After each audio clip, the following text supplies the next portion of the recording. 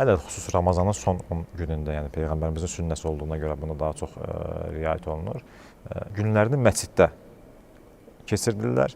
Bir növ məscidə çəkilmə, məsciddə xəlvətə çəkilmə kimi bir praktika var və zəruri ehtiyacları xaricində yemədir, içmədir, yatmadır, bunların hamısını məsciddə, yəni ancaq zəruri ehtiyaclarında çölə çıxırlar, yəni.